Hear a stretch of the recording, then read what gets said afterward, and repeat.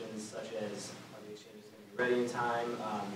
Is the population that's going to be entering the market, is that going to affect premiums much worse than we thought? I know there's a study that came out this week in relation to that. So I was hoping to get your thoughts on that. Sure. So I guess I'll start with regrets.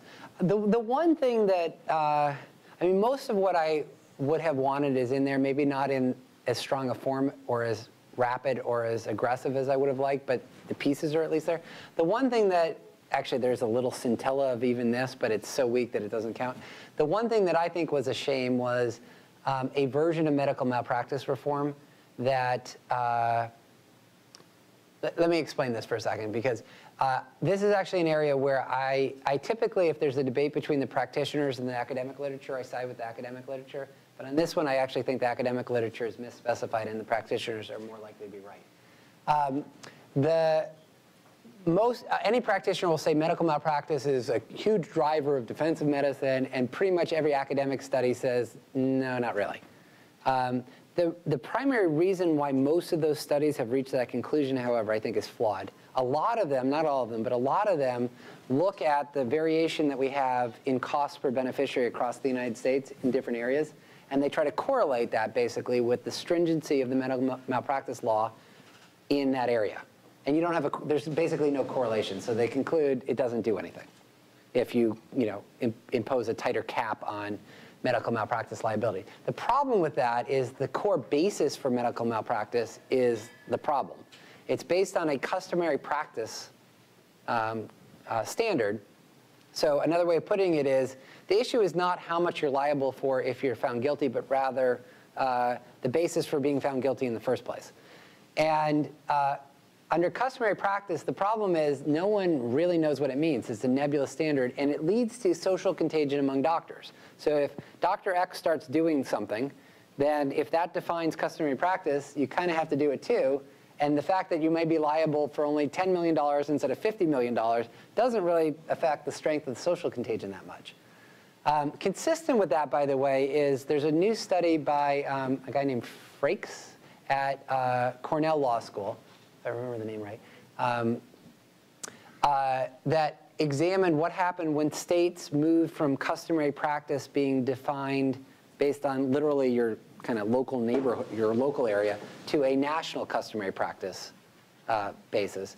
And what he found was in a whole variety of different things that were studied, the variation between that state's practices and the national average fell by 30 to 50% when you change the basis of the medical malpractice laws, which is to say that's where I think we should be focusing. What is the basis for being found guilty in the first place, as opposed to what are you liable for if you're found guilty?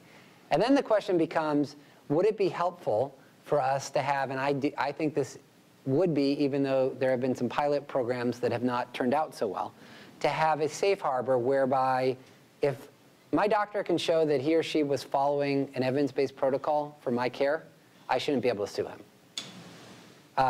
And that has all sorts of questions. How do you verify that you're following the evidence-based protocol? A lot easier to do with digitization than pre-digitization, because again, if we've got the decision support software built in and you can show that you were doing what it was suggesting, it's easier to prove that you were actually doing what was suggested.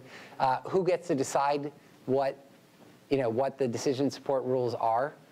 So there are all sorts of important questions, but I think conceptually, it's a shame that we didn't do more there, because I think it could lead to more evidence-based medicine and could lead to less variation in how medicine's practiced that's not informed by medical science. With regard to how things are going, I'm reminded of Condi Rice said that one of the great joys of being out of office is that she could wake up in the morning, go out and get the newspaper, see some disastrous foreign policy debacle on the front page, shrug her shoulders and say, isn't that interesting? Go back inside and have her orange juice. So I have one degree of separation from it, and therefore am both less, frankly, informed than the insiders are, but also have a somewhat, sometimes a little distance is helpful. I would kind of give progress to date like a C+. I think there are big questions that remain. I mean, you mentioned some with regard to the exchanges. Even the growing interest with regard to how putting potential Medicaid eligible people into the private insurance options on public exchanges, how that will work in practice, given that the law says the costs have to be comparable in order to do that, as just one example of sort of big remaining questions. And there are many, and the time is not yet running out, but it's getting short.